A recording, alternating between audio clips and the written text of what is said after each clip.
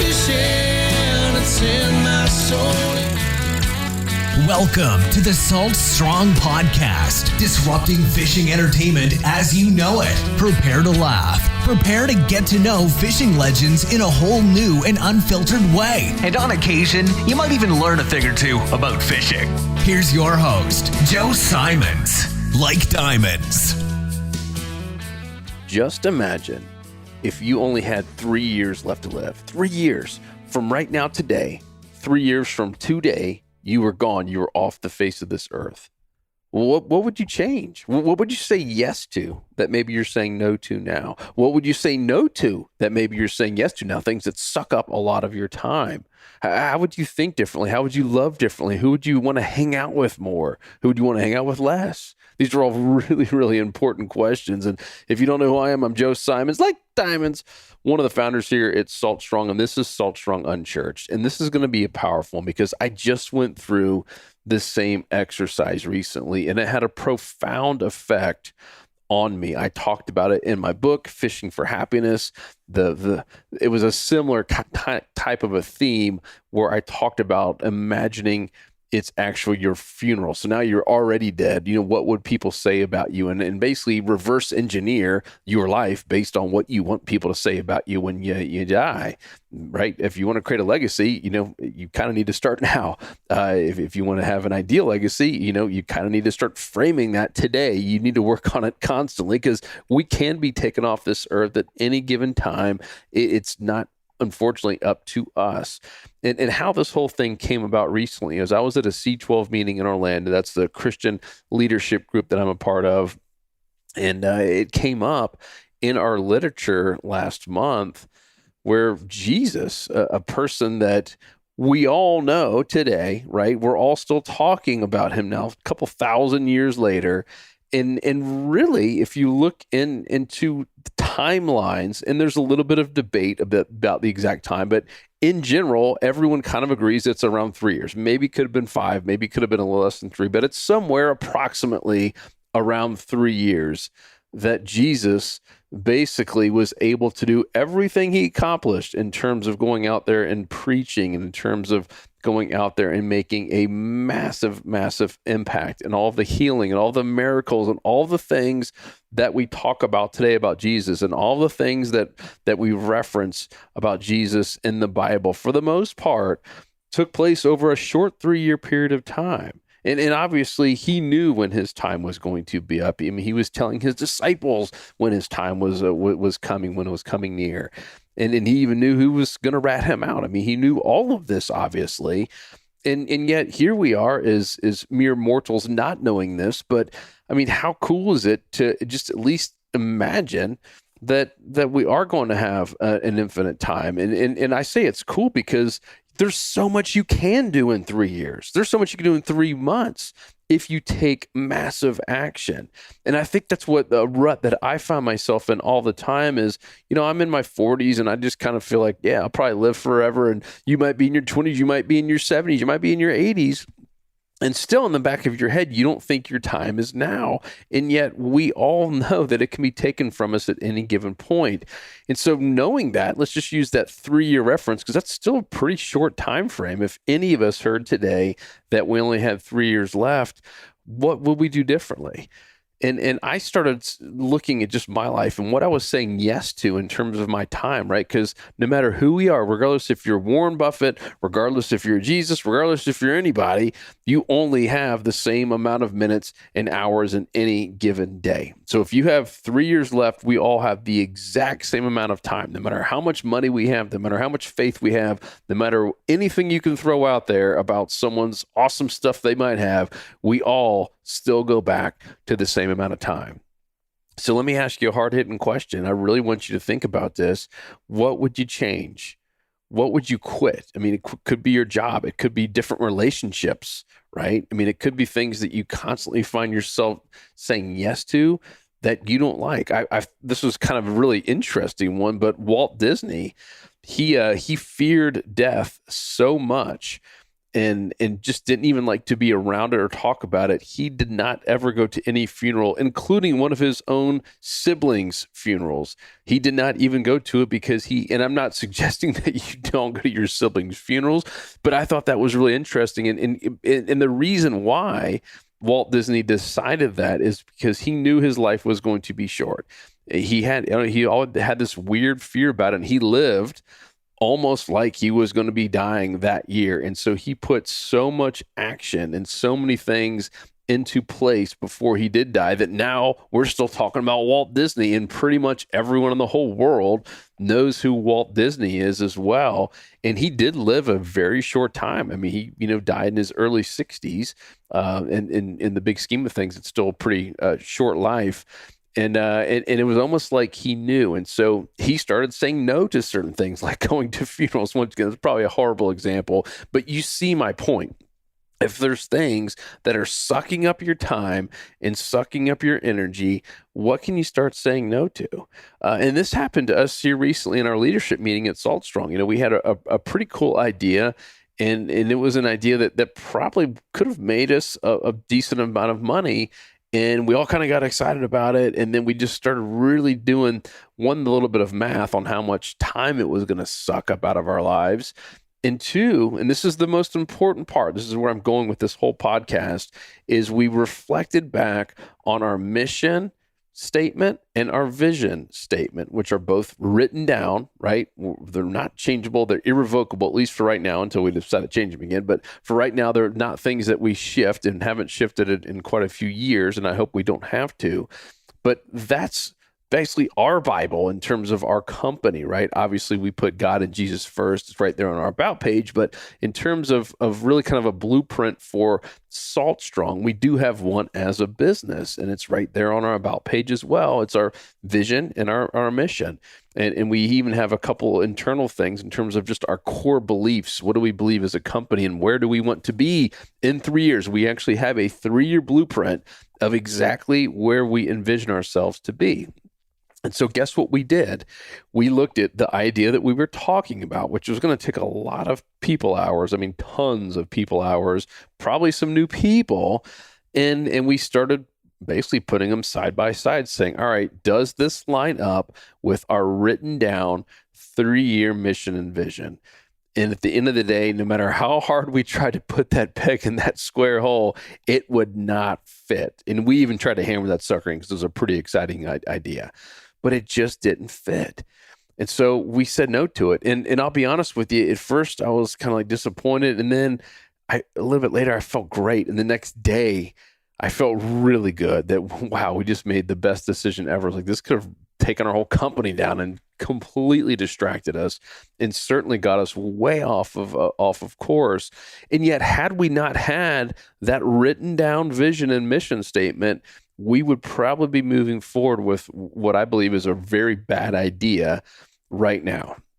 And so where have you gone astray? I know I've gone astray multiple times, and it's another reason to do this podcast is to hold myself accountable and keep myself on the right path in all aspects of my life.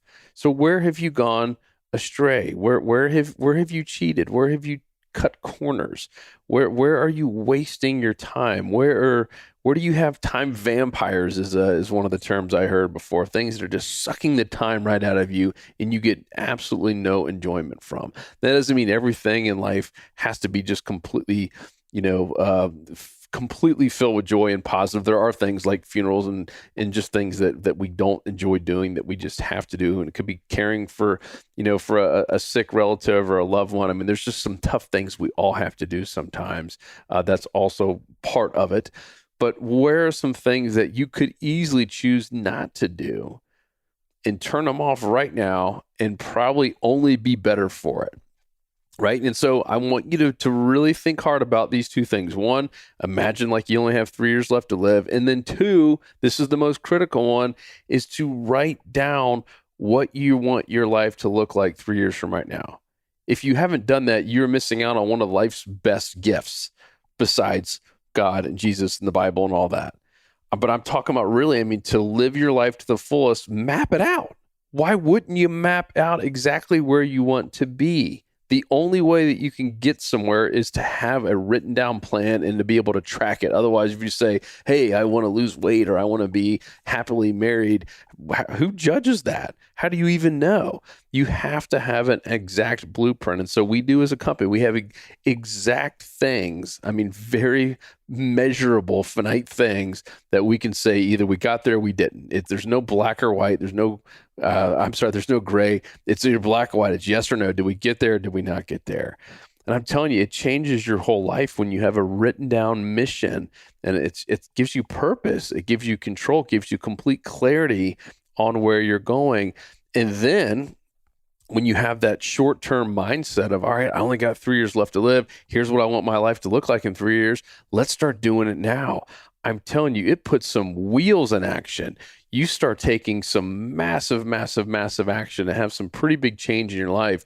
And it's that compound effect, which I mentioned it before in one of the podcasts, the one about the little journal I did for my wife every day. It's that compound effect. And once you have that written down plan and just taking one little small step at a time, every day for 3 years, we're talking about 900 days of little bits of action.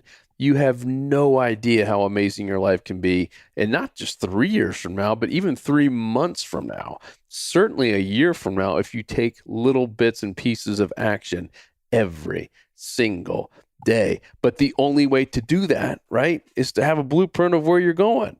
The only way that you can possibly reverse engineer what you need to be doing every day is to have an endpoint and have some kind of destination of what it's supposed to look like. And yet so many people I talk to have no idea. But guess who does?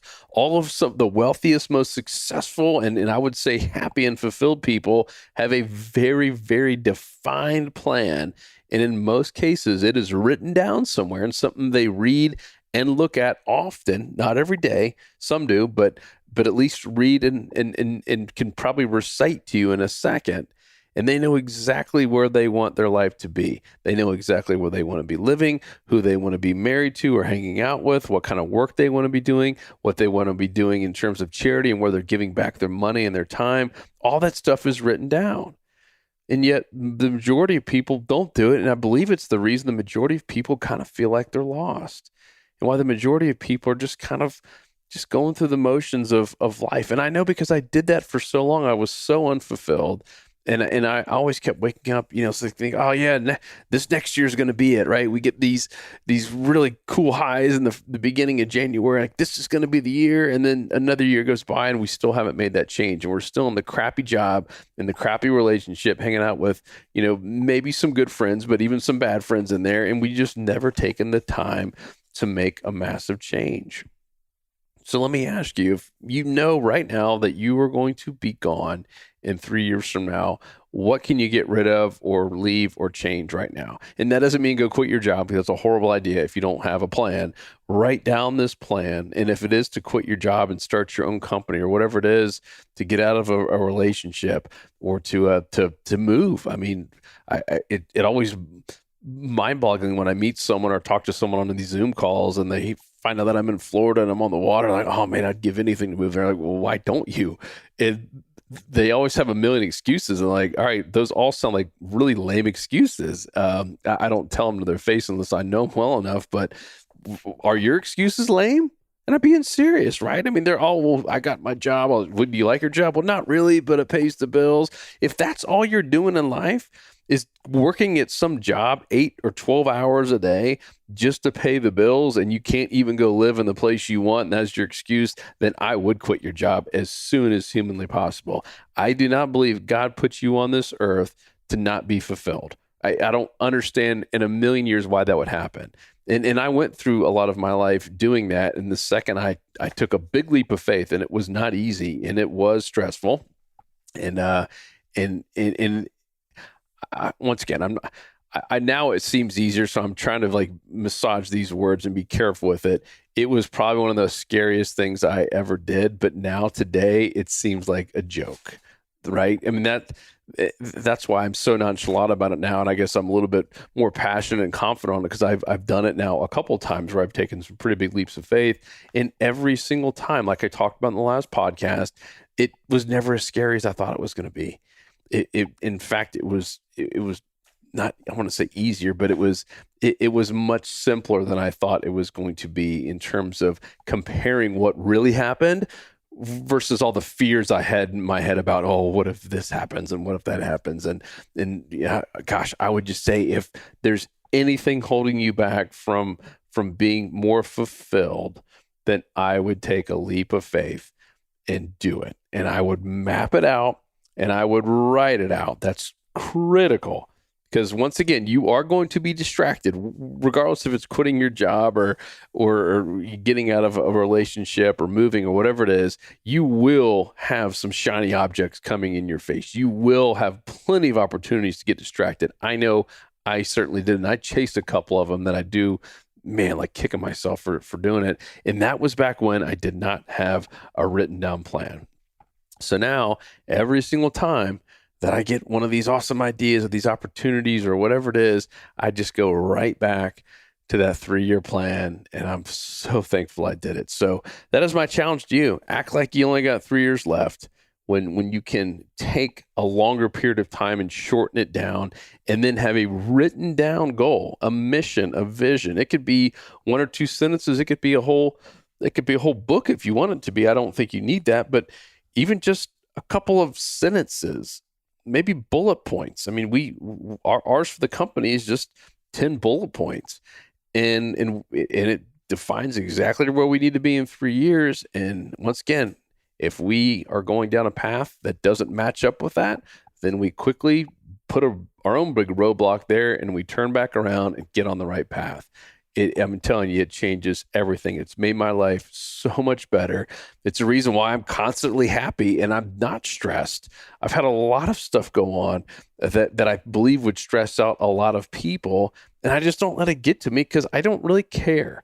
Right? I mean, why should I? I mean, like, I don't think we're put on this earth to be stressed out and to be worried all the time. I spent plenty of my life doing that and being full of anxiety, and it really wasn't that much fun. I'm having a whole lot more fun now. And, you could say easier for you, Joe. No, it's not. It's a choice, right? We all have a choice, just like my brother Daniel, who I've brought up. If you don't know Daniel, he was born with very severe cerebral palsy. Never walked or talked a day in his life. And so he wakes up every morning, in a bed, and he has to wait for someone to get him out and basically put him in a harness to even get him in his wheelchair to even start his day. I mean, every single thing he does, for the most part, eating, bathing, going to the bathroom, anything that getting in a car, he obviously can't drive, he's in a wheelchair. I mean, everything that we do on a day-to-day basis that we take for granted, he's got to have help. And yet he has that choice. The same one that you do, the same one that I do, same one that Dan the man has, is he can be mad about it. He can be pissed off at the world, or he can just choose to be happy and not let that kind of stuff stress him out. And I'm telling you, if someone like my brother Daniel, who's never had any of these cool things to do, like driving cars and in boats and going fishing and, going on dates. And I mean, just all the things that we've been able to, roller coasters. I mean, all the things we've been able to do. And yet that dude is happy as a clam because he chooses to be, and he chooses to look at everything in a different light. And I'm pretty certain that my brother Daniel has thought about, where he wants to be and what he wants his life to look like. I mean, he's got a lot of time on his hands, and I know it is a lot of self-reflection time. And I would just encourage you to do the same thing. I don't know. I feel like I'm rambling now, but this one is so important. And I believe so many people will listen to this and even have read my book, Fishing for Happiness, and read that couple chapters about, kind of designing your perfect life. And I get a lot of emails on it and like, oh, that makes so much sense. Like, I'm going to do it. And then the big chunk of people don't do it. And they go right back to their crappy, miserable job and bad relationships and place they don't want to live and all this stuff that they dream would get better, but they never take action to do it. I'm telling you, there's something magical about just taking an hour of your day, an hour of your life, just 1 hour, and writing it down. Envision your dream house, your life, where you want to live, what you want to be doing with your time, who you want to be doing it with. where you want to be giving back, where do you want to be spending, your money and your time. And it shocks me how few people have done it, but the ones that do, they find happiness and more fulfillment. And they usually, not always, but usually end up reaching their goals, especially when compared to people that have not written it down. I don't know what it is. I used to not believe it myself until I started doing it because someone challenged me on it. And I finally started writing this stuff down every year. And holy smokes, I'm talking about like life-changing experience. So I would encourage you to write down those goals, very specific 3-year goals. I mean, I'm talking like exactly where you want to be. How much money do you want to have in your bank account if that's important to you? How much money do you want to be giving away? Because we have that written down as one of our goals. I mean, I want to be giving away big chunks of money every year, both personally and as a company. And last year was one of the first years that we actually hit all, even with COVID and all that stuff, we hit all of the goals and we're able to give a big chunk of money away. And I mean, it's just, there's something so cool about it, especially when we go back to look at what we wrote down that year before and we hit it. It was almost miraculous with everything that went on and what a just wild year that was. So I'm just telling you, there's something magical about writing down. And if you can go 3 years, to me, that's ideal. It gives you enough time to really think big because 1 year it's tough to like have these monster dreams come true sometimes. I get it. It's life. I understand. But 3 years, there's nothing you can't do in 3 years. If Jesus can do everything that he accomplished in 3 years, then we can do anything that we put our mind to in 3 years, as long as we're willing to write it down, reverse engineer it. Just like if you want to have $1 million cash in your bank account, you just start reverse engineering. All right, well, I can't just wait till the last day and hope it's going to show up. I got to start making small steps now to get there. And after, a year, I'm going to have 100,000 in that because, the compounding effect, it can really grow fast. And after that first year. And so just start thinking through all the little things that have to happen and then start taking massive action. I have a little quote up on my desk. I get to see it every day. And it says, the key to success is taking one step of massive action every single day. It's so simple, breaks it down. Just one big massive action. Like what's that one big rock I can push that, in a year from now, 3 years from now is going to make a massive, massive impact on a lot of people. So guys, I hope that was helpful. If, any of this hit home, if there was just one thing you got out of it, I'd love to hear from you. I check my emails often. I do read every single one. I try to get back with everyone who writes me about Unchurched. And my email is Joe, Joe, @saltstrong.com. That's Joe, it's saltstrong.com. Otherwise, I will talk to you on the next episode. 'Cause fishing, it's in my soul, it was past